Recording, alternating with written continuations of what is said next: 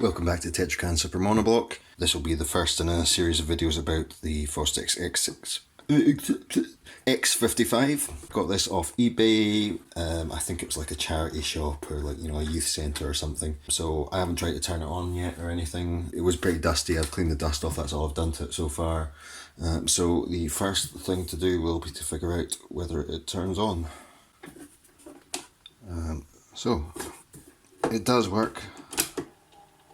Powering on, at least there's life in the transport. I'm going to go ahead, take it to pieces and clean it anyway, and then we'll come back and see if there's any electrical problems. I'm assuming that in here the mixer is attached to the upper part of the case and recorded playback amplifiers are on the bottom, so the mixer will be coming out from the back, so I'm definitely going to need to remove all these knobs. It's going to be easier to clean the knobs and the plastic underneath here with these knobs off. They seem to be coming off pretty easily. I think these have probably come off from the front as well. Yeah. I've recently taken to using one of these tools. What are they called? I'll maybe put a bit of text magically on the screen, but it's for getting the interior like upholstery and plastic off a car, because it's plastic, it's not really going to leave marks. So you've seen me in other videos using floss and all sorts of methods. You can cut a V in an old credit card and use that to lift up knobs and so on, but if you want a really cheap option, but this seems to be good for getting plastic out without damaging anything.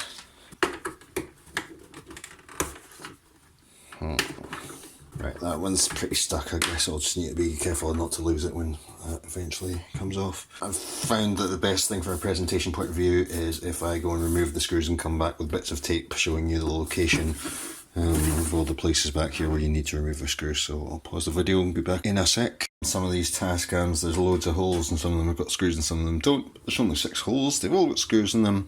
These 3 near the front of the machine, which I've marked with red tape, have got shorter wide ferrule screws, ferrule going all the way up the shaft. And then these 6 with the white tape marking them all have this longer type of screw where there's a plain, what is that, a shank? I can't remember the terminology, but yeah, the ferrule only goes up about 2/3 of the way, so 6 of those.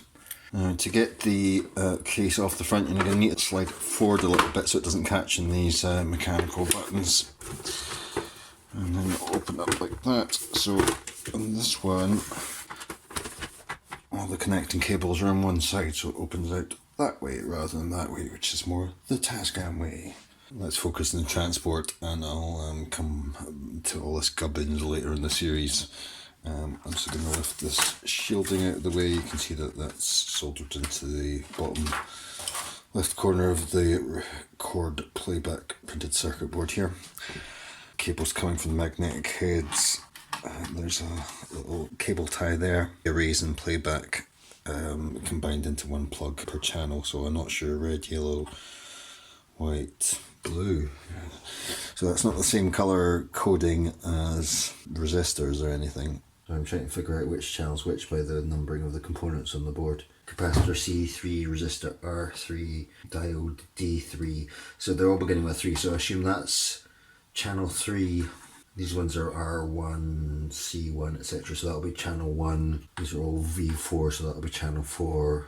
These ones all begin with a 2, so that'll be channels 2, 4, 1, 3. And then all the signals about when to stop and start and everything will be this cable here. So I think we just go ahead and this one I'll be able to pull out. These cables are thinner, so I'll probably use pliers for those. Because the colours of the plug match the sockets, then, well, yellow and green is close enough, I suppose. No need to do any marking about what goes where. And detaching this transport, one screw here with a connection to common ground via this cable, one there and one there. If we remove those 3, then presumably that will allow me to detach the transport. You'll gather I literally haven't opened this before, or ever had this model before, so maybe I'm wrong about all of it. And in fact there's two earth cables in that corner. That one's connecting the earth to common ground. Right, lift that off. And we've got two square section cables. See how that's not quite round? There's a little kink in it there. That might give you a slight warble. You know, every time you go past that kink you get a slight fluctuation in speed. So you'd probably want to replace that. This is looking fairly similar to the transport that you get in the Tascam Porta 7 and 414 Mark II. It's not absolutely identical. This is a Porta 7. You can see that the third cog in this reel mechanism is here on this one, but up here on this one. But that format of belts where the capstan motor is turning a flywheel and then the flywheel is via another belt turning this bit here that will do the reel mechanism, the turning of the fast forward and rewind. That's very similar to the back of this. So I think these are probably variations from the same company. I've talked before in other videos about how it seems like there was a third company that provided transports for Tascams and Fostex. So I imagine that these two units were made by the same third party. I would imagine as well that these belt sizes, like for the counter, for the capstan, for the reel mechanism, are going to be the same sizes as the ones that you would buy for a Porta 7 or 414 Mark II. So if you're buying a kit, if you look for a Porta 7 or 414 Mark II kit, then it's probably going to fit in this. I'll confirm that later. This belt, I mean, you don't need to take that flywheel off. You can just fit that under there. So there's going to be, I don't know if you can see it in there, but there's a kind of lip pulley underneath this flywheel there. Assuming that this is basically the same transport as a 414 Mark II, the common issues that I'm aware of, the only thing that comes up a lot is like it will stop or chew straight away because this flywheel's dropping. I wonder, it's probably out of focus, but you see at the base of that capstan there, there's actually a little E-clip there. So if you lose that, then this will drop slightly and it'll prevent the transport from working properly. So make sure you don't lose that E-clip if you decide to remove it, or if you're having problems, open this up, look for that E-clip. If it's missing, I'm sure an assortment of E-clip would contain the correct size to be able to fix that problem. Right, what I'll do is I'll just go off screen and measure these belts and refer back to my own video about the 414 Mark II and check that they are in fact the same sizes of belt. So I've measured those belts and they are indeed the same size as for a Tascam 414 Mark I, Mark II and Porta 07. If you want to go and buy these separately, you'll probably end up paying quite a lot for them, or in a kit you'll pay a lot for them.